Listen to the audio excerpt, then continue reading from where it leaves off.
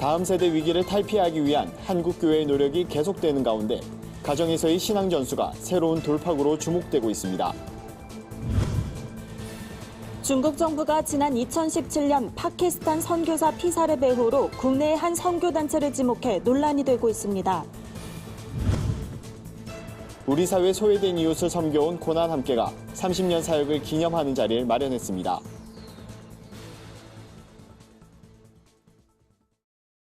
안녕하십니까. 구티비 뉴스입니다. 다음 세대가 사라지는 한국교회의 위기를 극복하기 위해선 가정 안에서 신앙의 대물림이 이뤄져야 한다는 목소리가 높아지고 있습니다. 이와 관련해 가정을 성경적으로 바로 세우고 자녀들의 신앙 성장을 돕는 실질적인 방안이 소개돼 눈길을 끕니다. 윤인경 기자의 보도입니다. 한국 교회에서 부모의 신앙이 자녀에게로 이어지는 비율은 15%가 채 안 되는 것으로 나타났습니다. 다음 세대 문제가 한국 교회가 해결해야 할 가장 큰 위기로 꼽히는 이유입니다. 전문가들은 신앙의 대물림에 가장 필수적인 건 교회나 주일학교가 아닌 바로 부모의 신앙이라고 입을 모읍니다. 우리 한국교회 신앙의 대입기, 신앙의 세대 전승이 실패하고 있는 제일 중요한 요인은 뭐냐면 부모라는 거예요. 그러니까 부모가 바로 서지 않고는 결단코 신앙의 세대 전승이 성공할 수 없다. 그렇다면 성경적 부모, 성경적 가정의 모습이란 무엇일까? 독수리 기독학교 단혜양 교장은 하나님이 설계하신 대로 가정에서 남편과 아내의 질서가 회복되는 것이라고 강조했습니다. 가정의 영적 지도자로 남편이 세워졌고 이에 남편은 아내와 자녀에게 하나님의 말씀을 가르쳐야 할 책임이 있다는 겁니다. 오늘 대부분의 한국 가정이 가장은 경제적 책임을 지는 사람으로 여겨서 영적 지도와 책임을 어머니의 몫으로 생각하는 데서 이제 돌이켜야 합니다. 이제 가장들이 그 일을 해야 하며 하도록 도와야 합니다. 가정이 살아나기 위해선 결국 교회가 성경적인 가정 모델을 제시하고 도와야 한다는데 의견이 모아졌습니다. 지형은 목사는 신앙 공동체란 공통분모를 가지고 있는 가정과 교회는 결코 분리될 수 없다며 말씀 중심의 건강한 교회에 다니는 가정들이 살아날 수밖에 없듯이 성경적인 가정들이 있는 교회도 교회답게 성장한다고 말했습니다. 구티비 뉴스 윤인경입니다. 지난 2017년 5월 파키스탄에서 중국인 선교사 2명이 피살된 사건이 있었습니다. 최근 중국 정부가 이 사건의 배후로 국내 선교단체 인터콥을 지목해 관심이 쏠립니다. 중국 국가안보국의 발표를 담은 인민일보는 H국의 기독교단체 인터콥이 중국인을 유혹하고 파키스탄으로 파송해 현지 극단주의 무장단체에 살해당하도록 했다고 밝혔습니다. 그러면서 인터콥의 주요 활동을 상세히 소개하기도 했습니다. 중국에선 지난해부터 극심한 종교 탄압이 진행되고 있습니다. 이런 가운데 중국 정부의 이번 발표는 한국 선교계의 위축으로 이어질 수도 있다는 우려도 나오는 상황입니다. 한국세계선교협의회는 회원단체들에게 중국 정부가 발표한 사실을 알리고 중국이 외래 종교에 대한 경계심을 드러냈다고 전했습니다. 이와 관련 인터콥은 공문을 통해 파키스탄에서 순교한 중국인 선교사를 파송한 사실이 없다고 밝혔습니다. 인터콥 선교회 최바울 본부장은 중국 정부는 자국 내 기독교를 무자비하게 박해할 뿐만 아니라 외국인 선교사의 자국 입국을 불허해왔다며 중국 정부의 반종교적, 반인권적 기독교 탄압 행위를 강력히 규탄한다고 말했습니다. 우리 사회 소외된 이웃들과 함께하며 복음 전파의 사명을 감당해온 고난받는 이들과 함께하는 모임이 창립 30주년을 맞아 기념식을 열었습니다. 1989년 고난받는 감리교인을 위한 후원회로 시작한 고난받는 이들과 함께하는 모임은 무연고 장기수와 IMF 실직자를 돕고 평화, 통일 교육 등을 진행하며 우리 주변의 어려운 이웃을 섬겨왔습니다. 설은 다시 봄이란 주제로 열린 기념식에는 이용정 한국기독교교회협의회 총무와 정진우 민주화운동 기념사업회 부이사장이 참석해 축하 인사를 전했습니다. 유경근 4.16 가족협의회 전 집행위원장은 고난받는 이들을 측은하게 바라보기보단 고난의 길을 함께 걸어가주는 것이 큰 힘이 된다고 전했습니다. 기념식에선 양심수 22명과 나눈 편지를 엮은 채 담장 넘어온 편지가 소개됐으며 평화선교사 증서를 전달하는 순서도 마련됐습니다. 고난 함께는 30년 역사를 발판 삼아 앞으로도 우리 사회의 다양한 고난의 현장을 섬기겠다는 포부를 밝혔습니다.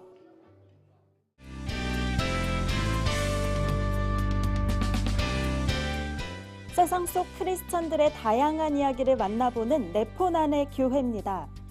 첫 번째 소식입니다. 국제고호개발 NGO 월드비전이 제3세계 아이들을 위한 꽃길만 달리자 캠페인을 진행합니다. 캠페인에는 지구촌 모든 아이들이 행복한 일상을 살아갈 수 있길 바라는 월드비전의 마음이 담겼는데요. 캠페인 장소에는 꽃으로 장식한 기차 모양 부스, 포토존, 미션 코너 등 가족 단위의 프로그램이 준비돼 눈길을 끕니다. 자립에 성공한 마을의 사진을 퍼즐로 맞춘 뒤 국가와 지역명을 맞추는 즐거운 퀴즈 순서도 마련됐습니다. 월드비전은 열악한 환경에서 살아가는 아이들의 삶이 우리의 도움으로 어떻게 변화될 수 있는지 자연스럽게 알 수 있도록 돕기 위해 이번 캠페인을 준비했다고 밝혔습니다. 고양국제꽃 박람회의 후원으로 마련된 이번 캠페인은 오는 5월 12일까지 일산 호수공원에서 열립니다. 다음 소식입니다. 창세기 하면 떠오르는 천지창조, 아담과 하와, 선악과와 같은 요소들이 성경 문자도로 상세하게 표현됐습니다. 지금 보이는 특별한 작품들은 한국 기독만화선교회 제14대 회장인 전하리 작가가 그려온 성경 문자도인데요. 성경 문자도란 글자의 의미와 관계 있는 내용을 글자 획이나 공간에 그려 넣어 글자의 의미를 한눈에 알 수 있도록 돕는 작품입니다. 각 글자 안에 성경 66권의 주제 말씀이 그림으로 표현된 겁니다. 전하리 작가는 하나님의 은혜로 성경 문자도를 그릴 수 있었다며 하나님의 크신 사랑을 땅끝까지 전하는 데 쓰임받길 바라며 이번 작품을 완성했다고 전했습니다. 말씀을 쉽게 이해할 수 있도록 돕는 이번 작품들은 5월 23일까지 CTS 기독교TV 건물 로비에서 만날 수 있습니다. 마지막 소식입니다. 5월 가정의 달을 맞아 가족과 함께 즐길 수 있는 다채로운 프로그램이 준비되고 있는데요. 어린이날 다음 날인 5월 6일에도 다음 세대를 위한 특별한 찬양 콘서트가 열립니다. 어린이 문화사역단체 노아선교단이 하나님을 찬양하는 콘서트를 마련한 건데요. 콘서트는 오후 6시 정릉 베델교회에서 시작됩니다. 이번 콘서트에는 구티비 노아 소년소녀 합창단, 노아 티네이저, 레이디 노아 등이 함께합니다. 노아 선교단은 어린이를 위한 콘서트가 사라지고 있다며 노아 콘서트에서 다음 세대의 찬양 문화를 온 가족이 함께 만들어가는 특별한 일들이 일어나길 바란다고 전했습니다. 네포난의 교회는 시청자 여러분의 제보를 기다리고 있습니다. 함께 나누고 싶은 영상이 있다면 전화나 이메일로 참여해 주시기 바랍니다. 네포난의 교회 한혜인입니다. 오늘의 사회 이슈를 유창선 기자가 종합해드립니다.